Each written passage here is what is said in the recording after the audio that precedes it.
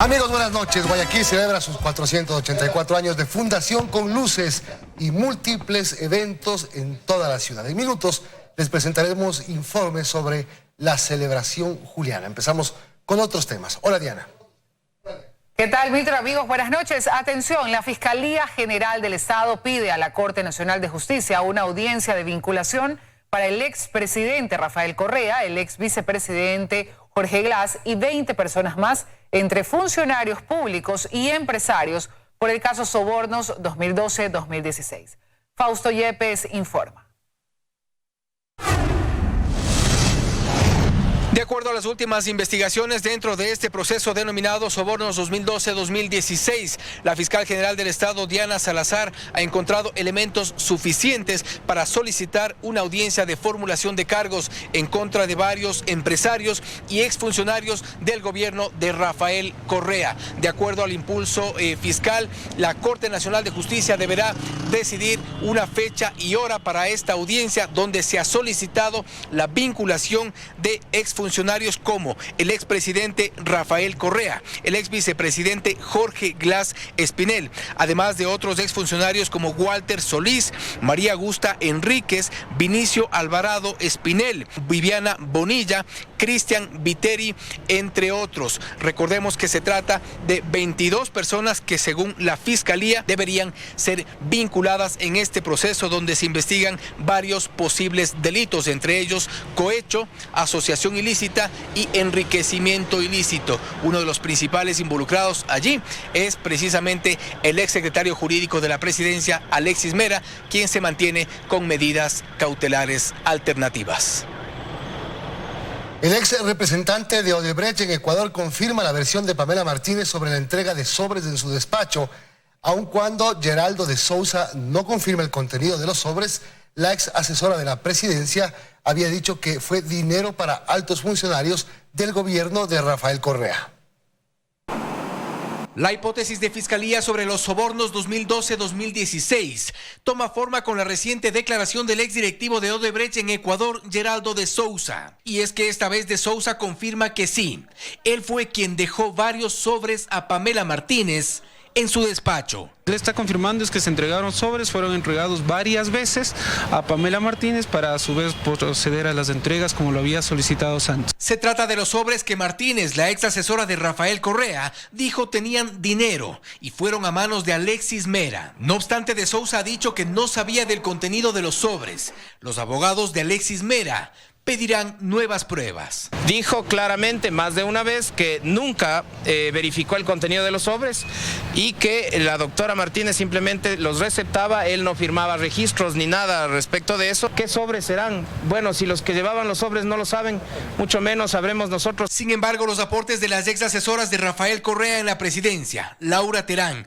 y Pamela Martínez, en este caso, confirman parcialmente la estrecha relación gobierno de Correa Odebrecht. Lo cierto es que tras la versión de Geraldo de Sousa, los abogados de los procesados coinciden en que esta vez será necesario, si no indispensable, que rinda una versión José Consensao Santos para hablar sobre el contenido de los sobres entregados a Pamela Martínez. José Consensao Santos es uno de los principales delatores de Odebrecht en la trama de corrupción que montó la constructora a nivel internacional.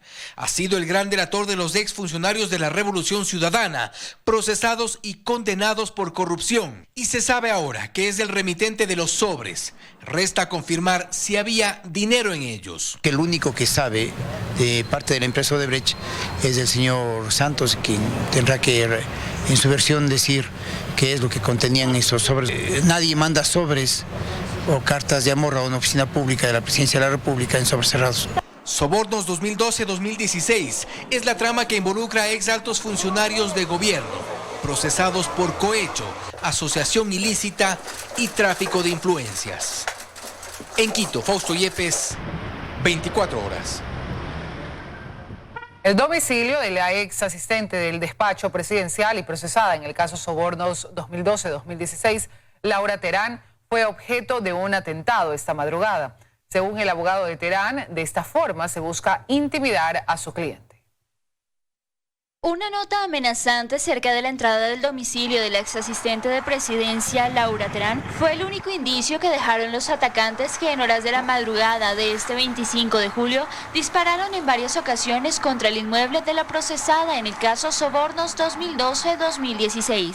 Según el abogado defensor de Terán, Luis Muñoz, este es el segundo atentado que sufre la familia. El primero fue una llamada telefónica que recibió el esposo de Terán semanas atrás. Se pretende intimidar en el momento en que las investigaciones están llegando a algún punto que está tocando a alguien o algo que es neurálgico dentro de la investigación.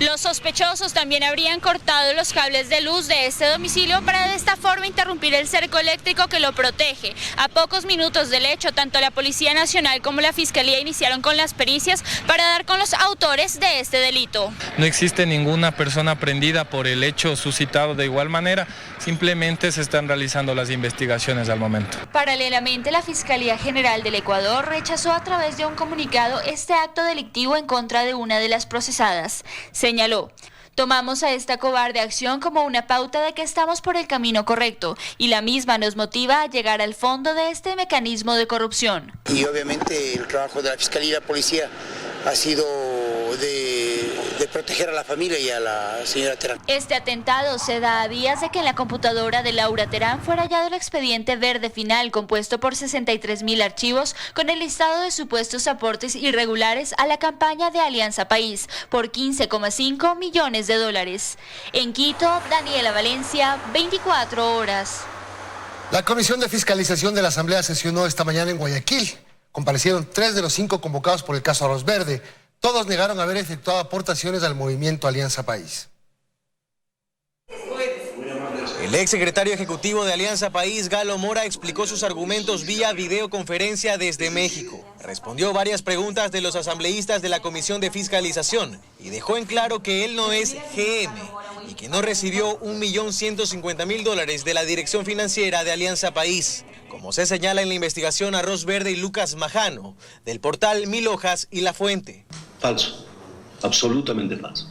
Mora aseguró que no gestionó fondos del movimiento durante sus funciones entre 2010 y 2014. Yo no he tenido ninguna reunión, ninguna relación con empresarios, con empresas del Estado o del extranjero. Otro de los llamados a la comisión fue el exprefecto de Los Ríos, Marco Troya, quien descartó que desde la prefectura o desde sus cuentas personales hayan salido aportaciones para la lista 35. La investigación periodística señala que habría contribuido con no menos de $350.000. Existe una auditoría realizada desde enero del 2013 hasta abril del 2018 a los movimientos financieros del gobierno provincial de Los Ríos, donde evidencian que en ningún momento ha existido ese tipo de aportes. El tercero en comparecer fue el exprefecto de Manabí, Mariano Zambrano. La intervención más corta. Apenas se respondió un par de preguntas. No ha habido aporte alguno. No he gestionado recursos absolutamente para Alianza País. Cristian Viteri, ex asambleísta de Alianza País, y Gustavo Bucaram, ex secretario de la legisladora Viviana Bonilla, no acudieron a la convocatoria. Los asambleístas de la Comisión de Fiscalización Ángel Gende y Eliseo Azuero mostraron su inconformidad con lo que hasta ahora han escuchado. Nadie sabe nada, nadie recuerda nada, nada da un centavo. Al menos a quienes estuvieron enrolados en el movimiento Alianza País se les ha ido la memoria. Al final de la sesión que se efectuó en las instalaciones de la Gobernación del Guayas, Azuero propuso una moción para reformar el Código de la Democracia, de tal forma en que la figura de apoyos voluntarios a movimientos políticos sea eliminada. En Guayaquil, Carlos Acoto, 24 horas. Hay más detalles sobre cómo se lava el dinero proveniente de actividades ilícitas mediante exportaciones ficticias entre Venezuela y Ecuador. La empresa Electrocables, según detalla el portal La Fuente, también estaría involucrada en este millonario caso de corrupción. Era un trabajo en conjunto. Mientras Jaime Sánchez Llanes era guardaespaldas del entonces presidente Rafael Correa, paralelamente su hermano Luis Sánchez Llanes trabajaba en lo que se convertiría el mayor escándalo de lavado de dinero de los últimos años, detalla el portal La Fuente en su investigación. El 28 de noviembre de 2011, los presidentes Hugo Chávez y Juan Manuel Santos firmaron en Caracas un acuerdo de preferencias arancelarias entre Venezuela y Colombia. Meses más tarde, en marzo de 2012, el Ministerio de Vivienda de Venezuela firmó contratos por $654 millones para la entrega de 8.400 casas a personas de escasos recursos.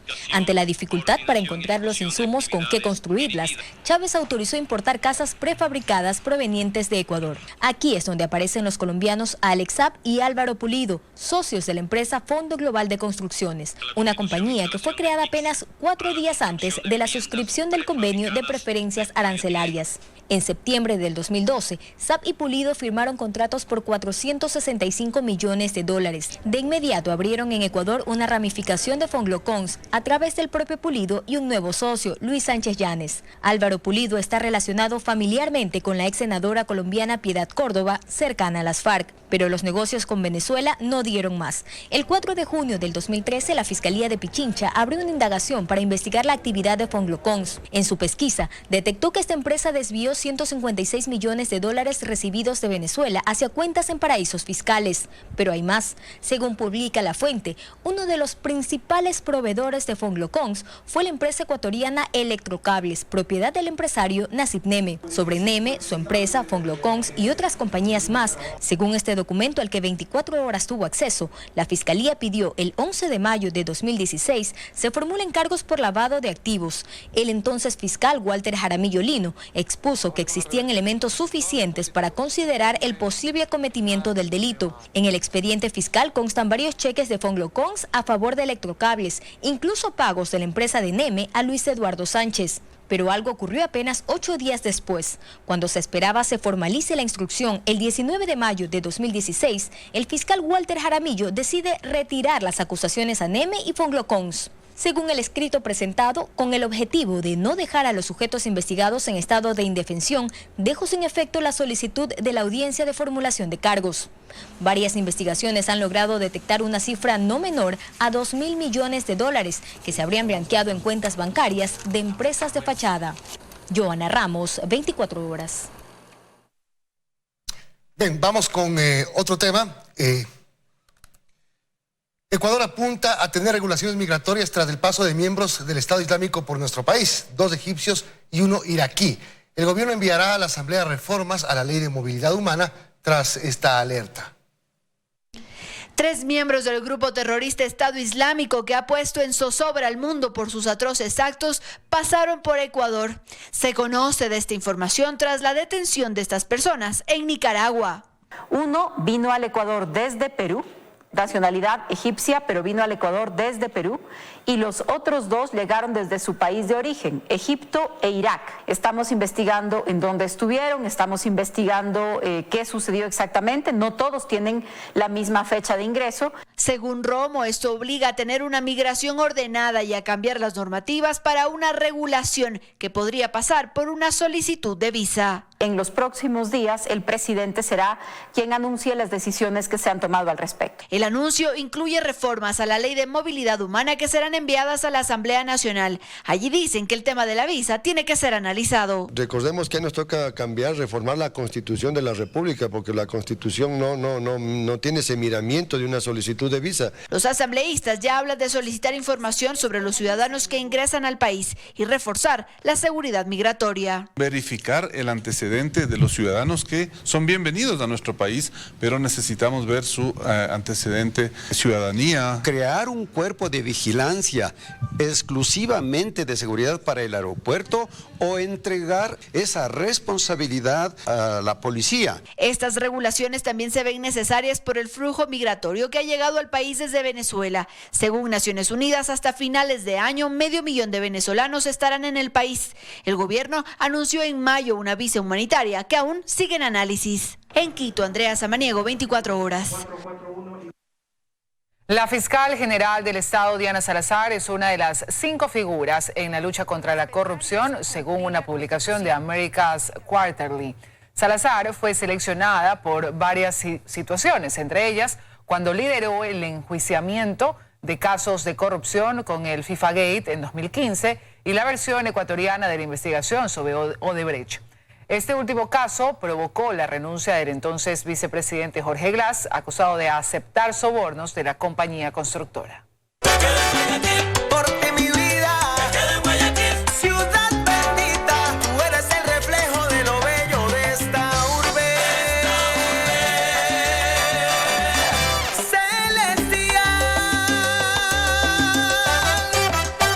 Cintia Viteri encabezó su primera sesión solemne como alcaldesa de Guayaquil. Instó al gobierno a concretar su apoyo para el retorno del Plan Más Seguridad y para la construcción del prometido quinto puente. El presidente Moreno estuvo en el evento y se refirió a las acciones que se implementarán para frenar la migración venezolana.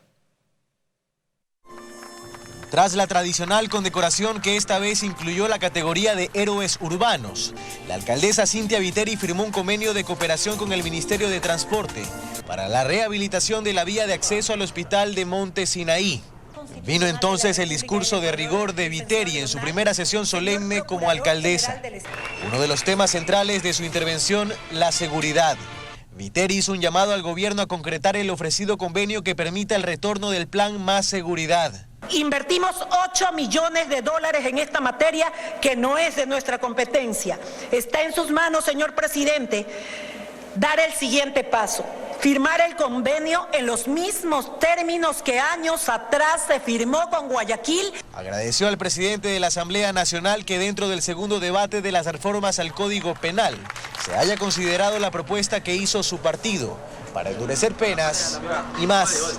Que se pueda ver la cara del delincuente en todos los medios de comunicación del país.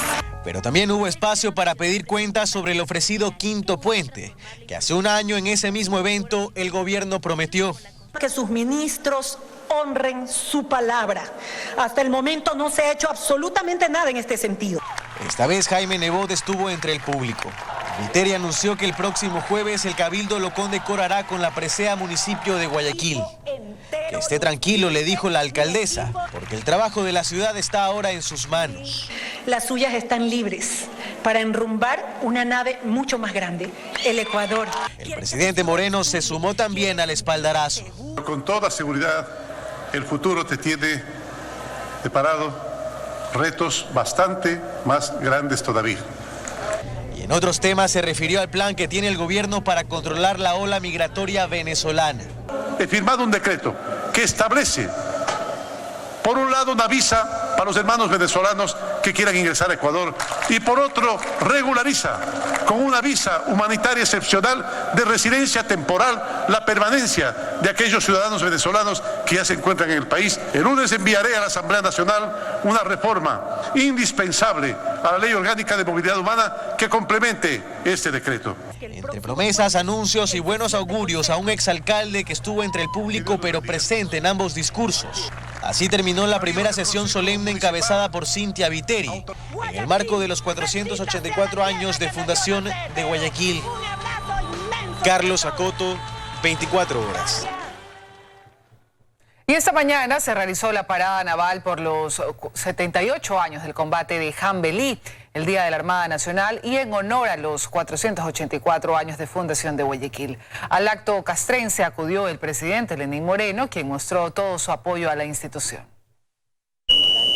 Junto al cañonero Abdón Calderón, protagonista de la gesta heroica de Jambelí de hace 78 años, se llevó a cabo esta mañana la parada militar en su honor por el Día de la Armada Nacional y los 484 años del proceso fundacional de Guayaquil. Al acto solemne acudió el presidente de la República, Lenín Moreno, acompañado de otras autoridades nacionales y de la institución. Darwin Jarrín, comandante general de la Armada, se dirigió a los presentes.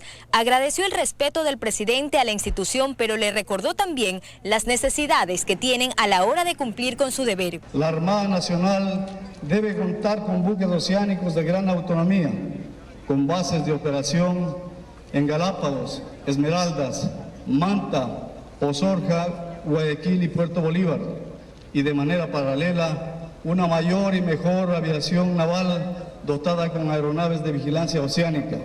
El presidente Moreno no se quedó atrás en su intervención, también agradeció a la Armada por su desempeño y recalcó que el apoyo a la Armada es constante en su gobierno. Moreno pidió a la institución no desmayar en su lucha contra el narcotráfico. Con la parada militar en la que participaron más de 900 uniformados de varios pelotones y escuelas, se dio fin a este homenaje a la institución y a la ciudad que la acoge. Que Guayaquil es la cuna de la Armada y que la Armada ha sido, es y seguirá siendo parte importante de la historia de Guayaquil y de la patria.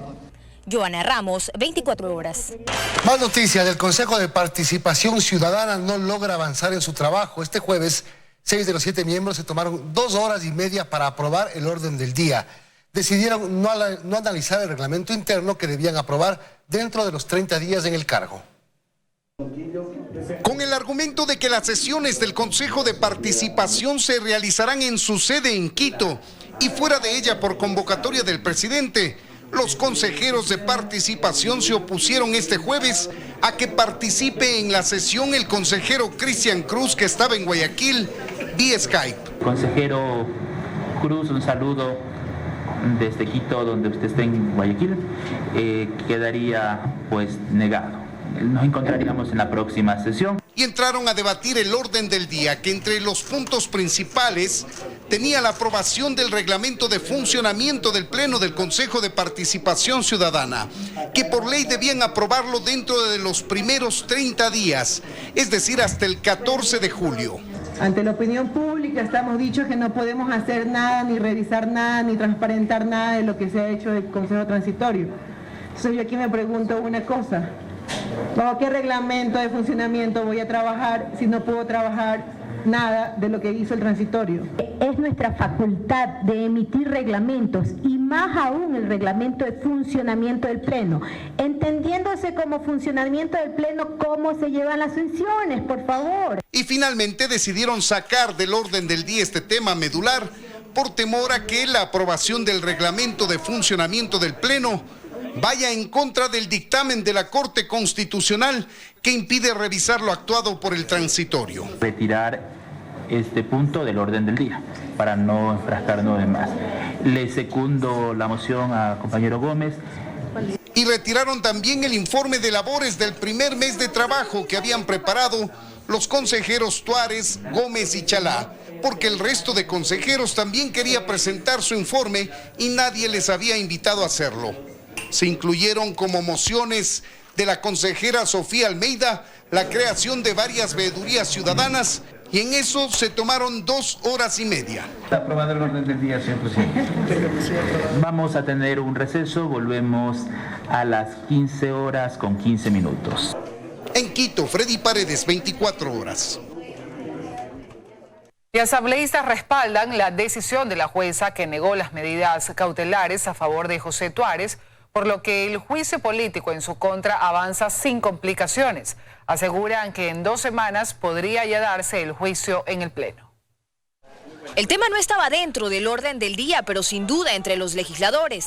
Había reacciones tras la decisión de la jueza que rechazó la medida cautelar interpuesta por José Tuárez. Pues es el lugar donde el juicio político avanza y ahora ya sin complicaciones. Los asambleístas incluso se atreven a dar fecha de cuándo se podría dar. En próximas 2 o 3 semanas a más tardar. Desde la Comisión de Fiscalización hacia donde debe acudir Tuárez este lunes, lo esperan con la advertencia de que no tolerarán que se repita lo que hizo en su antigua comparecencia, donde se marchó sin responder preguntas. Si vuelve a hacerlo, pues con mayor razón la comisión tomará en cuenta esta acción que él podría tomar. Pero desde el legislativo no únicamente miran hacia el juicio político, pues en la asamblea también planean recurrir a la Corte Constitucional, ya sea para eliminar o para retirar funciones al Consejo. Yo quisiera, es mi deseo, de que la Corte diga: no se puede quitar una parte de las funciones a una institución como el Consejo de Participación Ciudadana, sino que tiene que ser eliminado en su conjunto. Y vamos por una reforma. Con los 3 pedidos de juicio político que avanzan en la Asamblea en contra de algunos consejeros, la reforma parcial que limitará sus funciones y la propuesta de consulta para eliminarlo, se le cierran las puertas al organismo que al menos en la Asamblea parece ya tener su destino trazado. Los asambleístas realizaron estas declaraciones en Guayaquil, pues el Pleno de la Asamblea se trasladó hasta a esta ciudad para realizar la sesión solemne por los 484 años de fundación. A este lugar llegaron quienes respaldaban a Tuárez y a los otros consejeros de Participación Ciudadana, además de grupos pro vida. Y mientras la manifestación por ratos subía de tono, en el interior del aula magna de la Universidad Católica se homenajeaba a Guayaquil y se entregaban reconocimientos al mérito artístico, deportivo y empresarial, además del Hospital León Becerra. Dayana Monroy, 24 horas. En un mes se abrirá el concurso internacional para elegir a la banca de inversión que acompañará el proceso de concesión de la administración de CNT. Por ahora hay 9 bancas de inversión interesadas.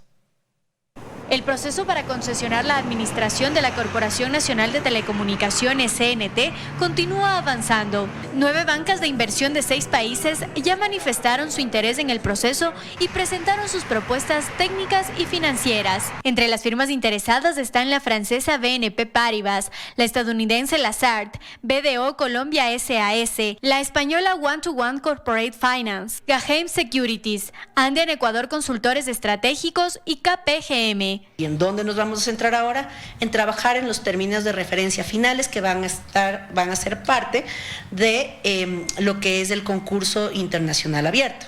Pero este proceso sigue generando críticas desde quienes piensan que se trata de una forma de privatización. Es una empresa que genera 1.000 millones de facturación al año, 200 millones de utilidades al año, y ahora se pretende entregar como si fuera una empresa que no sirve. Además existe preocupación por el servicio que presta CNT a lugares remotos del país, a donde las otras compañías de telefonía celular, internet y televisión pagada no llegan por no considerarlas rentables. Es un negocio, pero también es un servicio. Definitivamente será una de las consideraciones que se debe tener. El gobierno ha dicho que se espera recibir 4.000 millones de dólares con la concesión de la administración de la telefónica pública. Y además, dentro de este proceso de concesiones entrarían también otras empresas públicas, entre ellas Banco del Pacífico, Sopladora, Coca-Cola Sinclair, Refinería de Esmeraldas y 20 distribuidoras de energía eléctrica.